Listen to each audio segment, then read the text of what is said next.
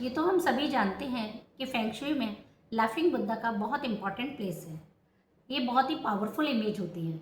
जैसे हमारे यहाँ धन के देवता कुबेर को स्थान दिया गया है, उसी तरह से फेंग शुई में लाफिंग बुद्धा को स्थान दिया गया है।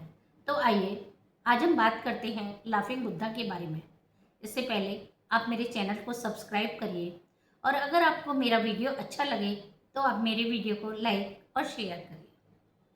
तो सबसे पहले हम ये देखते हैं कि हम लाफिंग बुद्धा को कहाँ रखें, हमें इनको कहाँ रखना चाहिए, कौन सी डायरेक्शन इनके लिए बेस्ट होती है और कौन सा प्लेस सबसे अच्छा होता है। फिर उसके बाद हम देखेंगे कि लाफिंग बुद्धा कितनी तरह के होते हैं, कितने प्रकार के होते हैं।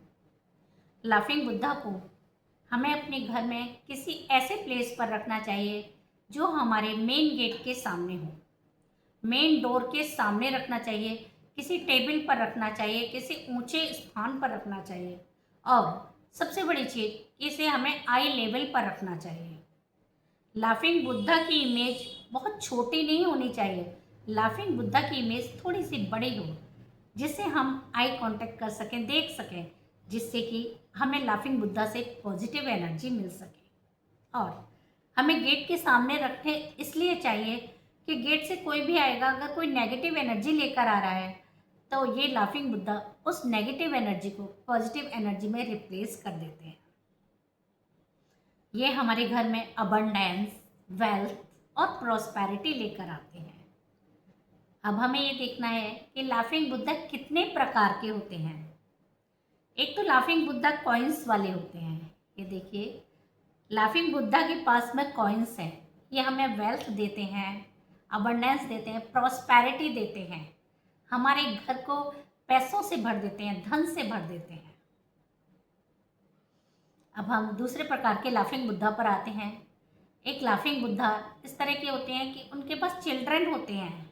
लाफिंग बुद्धा विद चिल्ड्रन, तो जिनके घर में फर्टिलिटी की प्रॉब्लम हो, जिनके यहाँ बच्चे नहीं होते हों या जिनके बच्चों में आपस में हार्मनी नहीं हो, अंडरस्टैंडिंग की प्रॉब्लम हो, तो आप इस तरह के लाफिंग बुद्धा अपने घर में रख सकते हैं।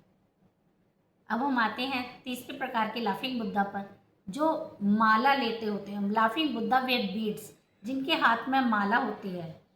तो अगर आप स्पिरिचुअल हैं, आप मेडिटेट करते हैं, तो आप इस तरह के लाफिंग बुद्धा को अपने घर में लेकर आइए, उनको अपने घर में लिविंग रूम में रखिए, तो आपकी स्पिरिचुअल विजडम की ग्रोथ होगी, स्पिरिचुअल विजडम बढ़ेगी आपके घर में।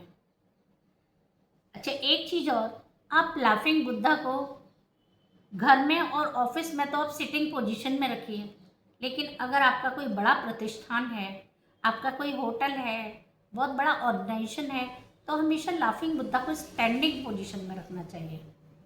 और आप लाफिंग बुद्धा को नॉर्थ में भी रख सकते हैं, ईस्ट में भी रख सकते हैं, साउथ ईस्ट में भी रख सकते हैं, लेकिन ध्यान रखिए लाफिंग बुद्धा का मुंह हमेशा बाहर की ओर होना चाहिए। हमारा जो मेन गेट है उस तरफ होना चाहिए, जिससे कि आने वाले को पॉजिटिव एनर्जी का आभास हो और वो घर में आते समय पॉजिटिव एनर्जी लेकर आए। Thank you.